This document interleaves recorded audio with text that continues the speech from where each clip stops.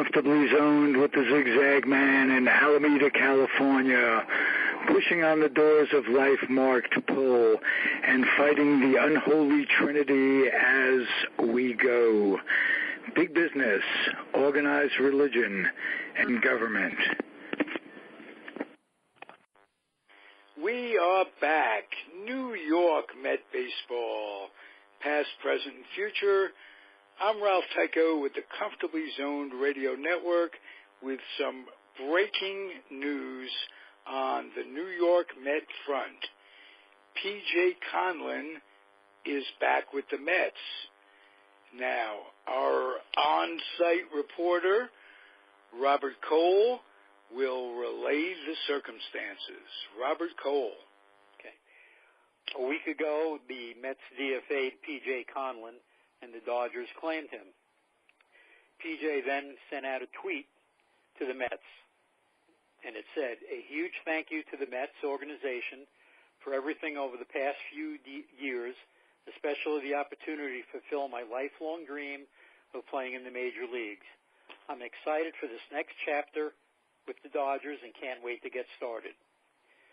4 days later, meaning today, he was put on waivers by the Dodgers and reclaimed by the Mets. He then sent out a tweet to the Dodgers. It said, "A huge thank you to the Dodgers organization for everything over the past few days, especially the opportunity to fulfill my lifelong dream of playing in Oklahoma City. I'm excited for this next chapter with the Mets and can't wait to get started. Only with the Mets." Sorry for fooling anybody into thinking that was a big story. But, you know, when you reacquire a guy who really liked being here, and it's almost like the Flores thing. Flores ends up helping them after he didn't go anywhere. And could look to this. Maybe Conlon will come on. I like the idea that the man has a sense of humor. That could do nothing but help in life to lighten up whatever situation one is in. And I like the idea that Robert Cole, the co-host with Marty Rose, who's here tonight on the eve of the biggest series of the year for the Mets, a Subway Series. With that said, I like the idea, Robert, that you have that kind of sense of humor, that you picked up on that, and we're very appreciative because sometimes, we take winning and losing so seriously that, especially since it happens so rarely on the win side over just a merely 55 years or so, we're appreciative of anything that can make us smile. Now, to talk about the upcoming series, let's start with Marty. Maybe you can tell us, bring us up to date, some of the things being said, the rumors of Syndergaard and DeGrom going. What's it all about? What do you think has substance, and what is just hogwash? Well, obviously, those two guys, DeGrom and Syndergaard, are far above. Murr, would you speak up just a little bit? Sure. DeGrom has been just outstanding this year. I mean, Cy Young candidate with 4 wins. It's just amazing. But people have been discussing the possibility of the Mets just completely breaking down the team and starting from scratch. Now, I don't think you want to do that. The story that came out today saying that they listened to offers for DeGrom or Syndergaard or both. Well, that's fine. But what are they going to ask for? And who possibly can have enough young players to make that kind of a deal. The only Yankees team that does is the Yankees, and right. there's no way that those teams are going to make that big of a deal. The only deals that they've ever made over the years have been for scrubs. They could never make that kind of deal with each other because one of them is going to look really bad and the other one really good, possibly. It'll never happen. Mm-hmm. Never. You know, the rumors stem from them not only being strong enough to make the deal, but really strong enough to throw in some good young players that will succeed, for sure. And I've the mind that any time one trades pitching for hitting, they're going to get the better of the deal. Because in general, now DeGrom is so special. It's that you can't can't quantify how good he is because he's pitching with so little support. If he had the run support of a normal pitcher behind him, he'd be running away with the Cy Young Award. No question about that. But because he doesn't, you can't put that into tangible worth, sadly. Now, my feeling is New York fans will not stand for a total rebuild. So I agree with you that it's a very unlikely scenario, both that the Yankees would deal with the Mets and that Met fans would deal with a total makeover rather than how they generally do it. You know, they just add to what they have and replace on the fly. Do you agree with that, Robert Cole? Yes, and there's another underlying factor, too. Okay, there's also rumors going around that Sandy Alderson will retire at the end of this season. And the most likely candidate being said is a replay of Omar Minaya. And if Sandy, in fact, is going to leave, you really don't want him making those kinds of deals. Okay, if you're going to be bringing in a new general manager and he's going to take over a team, you don't want Sandy making deals that are going to affect the team for, years to come. So that's an underlying feature. I don't know how true it is, but that's being talked about quite a bit. As is, do we know how much Minaya's word is being heeded by Sandy right now? We don't. We don't. And the other underlying thing too is there's a lot of rumors right now that Mickey Callaway's in trouble. And I asked about that. I asked you guys about that on Facebook earlier today. It would stand to reason. And it goes back for me to the old Peter Principle idea that people rise to their level of incompetence. And what made me think of it was Kevin Long. I think it was you, Robert, that mentioned it on Facebook. Correct. That Kevin Long is rumored to be in the mix.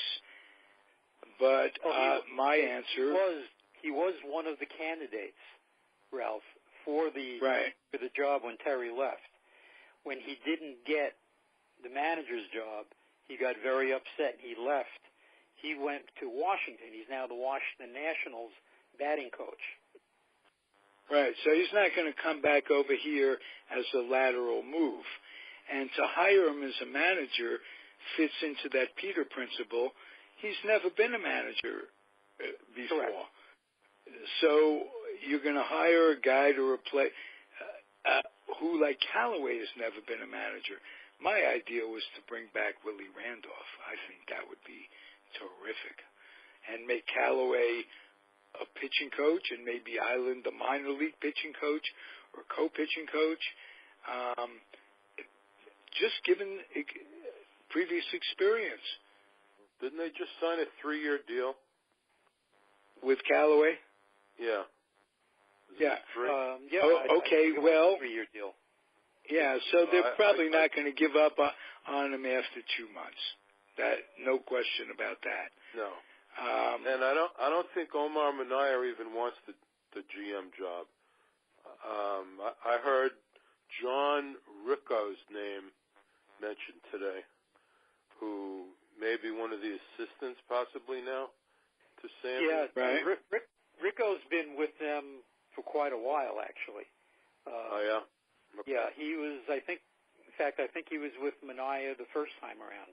So he's been in the system quite a while. Now, why do you say Minaya doesn't want it?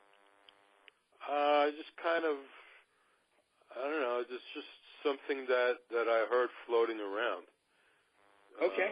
Like, kind of been there, done that, and feels better looking for young talent, which is what he's doing now. I would imagine these Latin American kids that you can sign at age 16. That's probably what he's up to right now. I wouldn't be surprised if he's not. Yeah. Right. And that market has changed because now those kids can get real good draft money, good bonus money.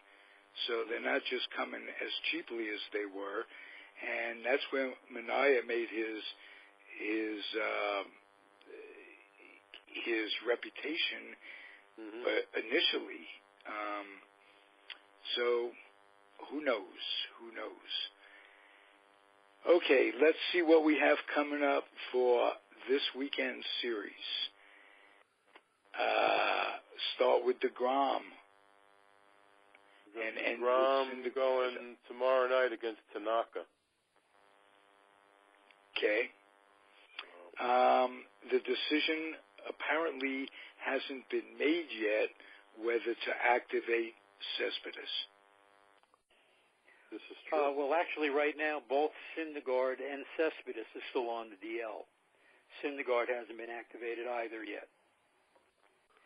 We're talking about him. Syndergaard's being listed as a starter in this 3-game series. So. Now, you're talking about DeGrom as a definite for Friday? Yes. Yes. Okay. And DeGrom and Tanaka Friday, Matz and Herman on Saturday, and Severino and Syndergaard on Sunday. If well, they take them off. ordinarily I'd feel if the wheels hadn't come off offensively in the last 2 weeks, I would feel very good about this series. But if my grandmother had wheels, she would be a bicycle. So if is the big word. I'm not feeling so good. But what makes me feel good looking at their overall situation is that even though Bruce is tanking, I think there's still time in the season for him to come back. Were Gonzalez in the same situation as Bruce, not that he's been any real great guns, but he's hitting 260-something, and that in an offense that's absolutely vapid of anybody but your second baseman. There's only 2 guys hitting higher than that. Right. and Cabrera. That's it. Right. So 260 doesn't look bad. I'm glad the early season thing didn't come the other way because I think we can get something out of Gonzalez. That's just my thought. Now, what to do in the outfield when Cespedes comes back, that's a question that I have, and I want to know what your opinion is about bringing him back for this series without any rehab time at all? And is that, in the long run, wise? Start with you, Robert. Well, you almost have to. It would almost be a desperation move. You have to get him back in the lineup. Frazier just got back in the lineup. I think if both of them are in the lineup, Bruce starts hitting. Bruce, for some reason, takes everything on his own shoulders, and he's been trying to do way, way too much. And if you get a couple of other people in here to take the load off him, I think he starts going as well. An interesting thing is, if Cespedes is brought back and Syndergaard has to be activated, who's going to go? Okay, so at least one position player is going to have to go, and at least one pitcher is going to have to go. And that's going to be an interesting thing to see. With Cespedes coming back, I guess maybe Lobaton gets a DFA'd for a second time, because Lobaton is right now the third catcher. Third catcher, right. And you really don't Now, who sits on the bench? Well, that's very interesting because they're overloaded with left-handed hitters. Okay. Mm-hmm. Nimmo is lefty, Conforto is lefty, Bruce is lefty, Gonzalez is lefty. So, one of those guys has to sit. Nimmo is in a 1-for-18 slump, but you really don't want to sit him. Leadoff guy. Conforto's been very disappointing. Yeah, I'm down on Conforto. Really. And He's showing nothing lately. I could see him going in a trade, actually. Maybe he needs a change of scenery. Maybe he needs to go to a smaller market. I don't know. But you really, I'd hate to see Bruce put on the bench because I think he has the potential to get it going if Frazier and Cespedes get going. So that's a hard one. It has to be him. The way I look at it, given Nemo's defense in center field, it's got to be him in right. You're not. He's doing so poorly. He's got to sit for a while. Not that Conforto's doing much better, but Bruce is doing very poorly, and we got to see how the team is going to respond to Frazier being back. He's only been back a day or so. So if we could trump it and get Cespedes back as well, that might be some spark. But I can't understand. They came up against Baltimore, and they looked so bad for 3 games, getting good starting pitching. The irony of all of this is killing me. And being a Met fan is very stressful, don't you know? Well, especially, when you consider one of the pitchers they struggled against was Alex Cobb, who's been getting lit up by everybody. Cobb had like an 11-something ERA coming into that game, and, he looked like Pedro Martinez in his prime. And if you guys would remember, he was on that list of guys who didn't get contracts. The bottom was falling out of their market. Guys like Vargas, who they did sign. Cobb was one of those guys that the Mets could very easily have signed at that time. And we're talking about it.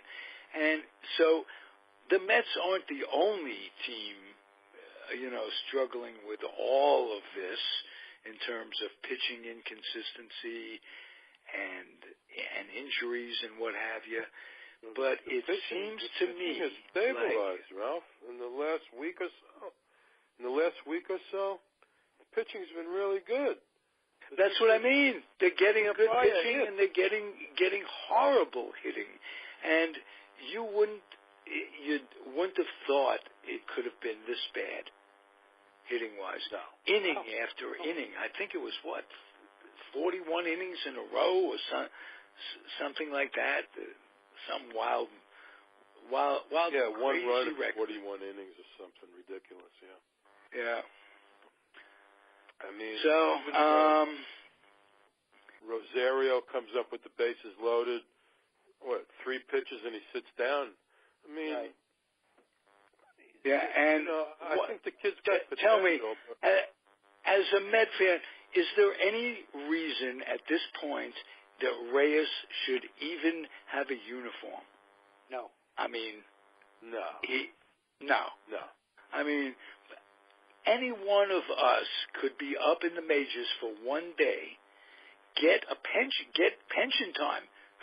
You become vested in their health insurance for life, and by just sitting there on the bench and chatting it up with Callaway and Island, just yakking it, we could do less harm than this guy is doing. He's worthless defensively. He has no range whatsoever. And last I looked, he was at like 143. The funny thing is, they say they want to give him a proper send-off. Now everybody liked Jose Reyes, basically, But here's the one thing I got against Jose Reyes. 10 years ago, when they were in the pennant race with the Phillies, Jose Reyes and David Wright choked 2 years in a row. They did nothing. So when they were really needed. So I don't care what they do. I don't think he needs any kind of big send off. Just say goodbye and that's it. Yeah, no, I agree. I mean, he walked out on the Mets. He went and took his big free agent contract from the Marlins, and he walked away. I mean, the Mets rescued him. Took him off the junk heap when he got. He was having domestic problems and this, that, and the other thing. They did take a chance on him. Well, they got him on the cheap too. They didn't have to pay the minimum, right? So. And to be fair, he helped quite a bit, especially when he first came back. Yes, he gave him a spark, but his talents have just. For right now is as the confidant to the shortstop Rosario. They don't have anybody else to play. And Marty said the other night that at this point, does he really need that, for crying out loud? He's flying. Yeah, the only problem is, like Marty was just trying to say, there is nobody else to play shortstop other than Reyes right now. Oh, in case Reyes goes down. As a backup or even a day's rest, who are you going to put there?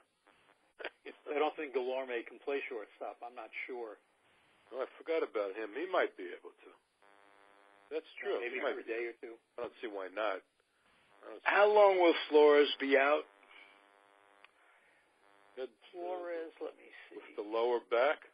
Yeah. Haven't even heard his name mentioned recently. I don't know. Okay, he went out on May 27th on the 10-day, so what are we? So he's eligible whenever. Oh, he's eligible now. Yeah. He can come back anytime if he's ready. Yeah, I haven't heard his name mentioned at all. Yeah. And then, Okay, let's try to end it on an optimistic note. Wait a second, now you're talking to Mets. Well, we can't do that. I'm sorry. We've got to cut the show short. The three of us tried as hard as we could, but we could not come up with one note. Oh, we can come up with plenty of notes. Oh, yeah, I know, but they're deep down base notes. Nothing that we can be frivolous about, nothing that would be a hit song. Let's come up with something. Over the course of the season, I'll tell you the biggest note for me was when they dumped Harvey, they got a catcher for him that was far and above, giving more production offensively and defensively than they were getting. Yeah, well, he should be back. He should be back tomorrow. He was out a couple of days. So.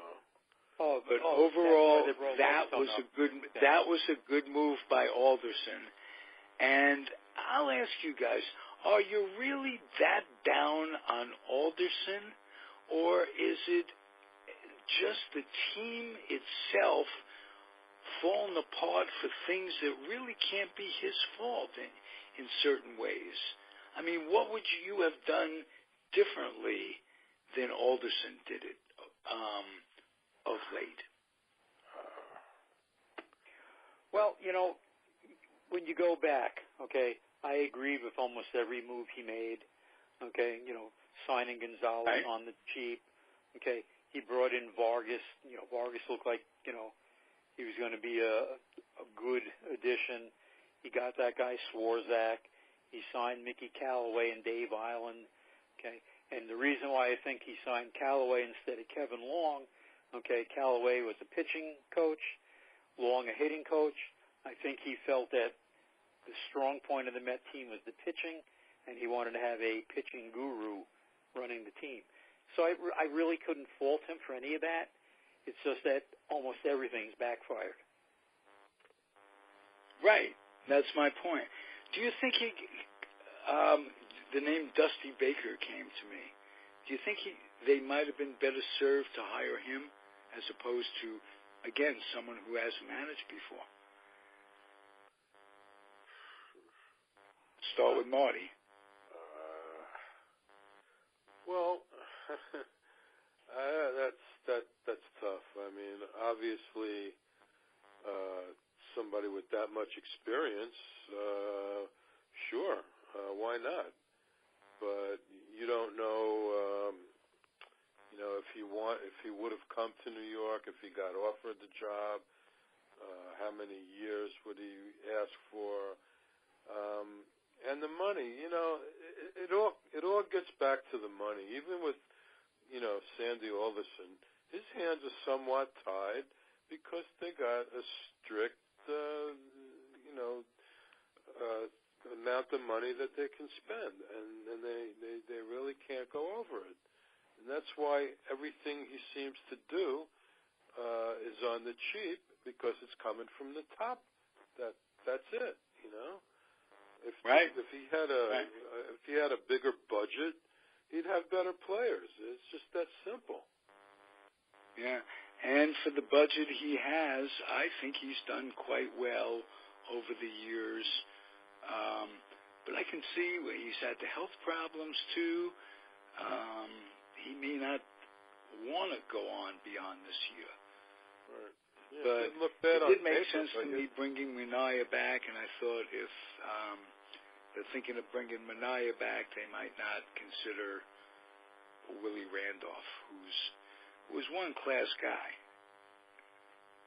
Definitely. Yeah, I don't think we'll ever see Willie back with the Mets, at least not as long as the Wilpons are involved. Right. I just think that ship sailed, and that's not going to happen. Yeah, well, true. Yep. I'm beginning to think that the Wilpons are going to be owning the Mets for the rest of our lives. Yeah, well, probably so. And the other thing, with managers, okay, almost every team is now taking the tack that why should we have to pay $6 million to a guy when we can pay $2 million because we're basically telling them from the top how to manage. I mean, just look at the Yankees. Joe Girardi, getting $6 million. If you brought him back, he wanted more. Instead, they're giving Boone like $1 million, $1.5 million, and they basically tell Boone what to do. So, but I can't imagine a major corporation being chintzy with such an important position as field manager. Well, because they're putting a lot of money into the computer and the analysis and the analytics, and they're paying so much attention to that. Okay? In the old days, we used to talk about, going by the book. Well, now there actually is a book. Yeah. The book says after 2 times through the order, you got to take the pitcher out. And what do? They take the pitcher out. and they're hiring I managers. know, but living by that book precisely is, how about the guy, the pitcher who's in there, the third time comes up, he's going to face somebody who he would guaranteed get out, even though it's the third time. And are the numbers they're using large enough to judge? Like this guy doesn't do well against left-handed pitchers, but how about the particular left-handed pitcher that's in there? That I don't know, and the jury is still out just how you can overanalyze shit, especially on these shifts. That was pretty good. Well, that's, yeah. Sheila. And that one thing has changed the game more than anything. Okay. And not more than the fans. Not good to listen to. The rhythm of the game changes. You get guys making throws at the weirdest angles. You get hits going in when they should have been ground ball double plays. It hasn't helped the game. No. And now you have the launch angle that everybody's being taught. Okay. Now, if you have runners on first and second, okay, and less than 2 out, they don't want you to hit the ball on the ground. They want you to hit the ball in the air. If you strike out, that's better than hitting into a double play. And that's the way the game has changed now. I mean, it's not our game anymore. You know, it's not the game we. Yeah, they don't want you to get the runners over. Also, they don't pay the players. Correct. To get the runners over. That stuff doesn't show up in salary negotiation. No more productive. Hunt the guy over, how to get the guy over, hit behind the runner, this, that, and the other thing. Yeah, look at Gary Sanchez of the Yankees. He's hitting, I think, 186, but he has 16 homers and 38 RBIs, something like that, and they're happy with that. They're happy with that. Right. The years they would have sent him to the minors. I put a meme up the other day. Swish Nicholson turns out to be a contact hitter. You remember the guy in the 50s and 60s, Bill Swish Nicholson, the second Swish Nicholson, struck out an awful lot of times. Wasn't that a little bit Nicholson? Of power, but awful lot. 168 times a year he struck out, which was an immense amount back then. Now, an infielder will strike out that amount of times. I mean, look at Dave Kingman now. I mean, Dave Kingman, you probably couldn't pay enough money. For right. Production. He gave you. He gave you 40 home runs, 120 RBIs. He may only hit 210 and strike out 200 times, but that's what they're paying for now. Right. I'm starting to show my age. I'm starting to sound like a big old man. Aren't we all? But Mert, let's the three of us, let's just hope for a good weekend and hope they don't get buried, because if they do, I think they would be susceptible to those things we talked about early on, dangling Syndergaard and DeGrom. Well, it depends on the hitting. They got the Mets have the better of the pitching matchups on Friday and Saturday, so we'll see how that goes. And if Syndergaard comes back, they'll have the better of the pitching matchups. I don't know about that. Well, that's Syndergaard, Severino. Severino's right up there. Yeah, that's right true. 9-1 with a 2.20. So two out of three would be very uplifting for me. Oh, it would be. No matter which two of the three. Correct. Yeah. Correct. True. Beautiful. Let's hope for that. Thanks for a special edition of New York Mets baseball, past, present, future. Marty Rose, Robert Cole, I'm Ralph Tycho, Comfortably Zoned Radio Network. I'm the weak link of it all. Adios, everybody. Thanks for listening. Bye. Bye, guys. Good night.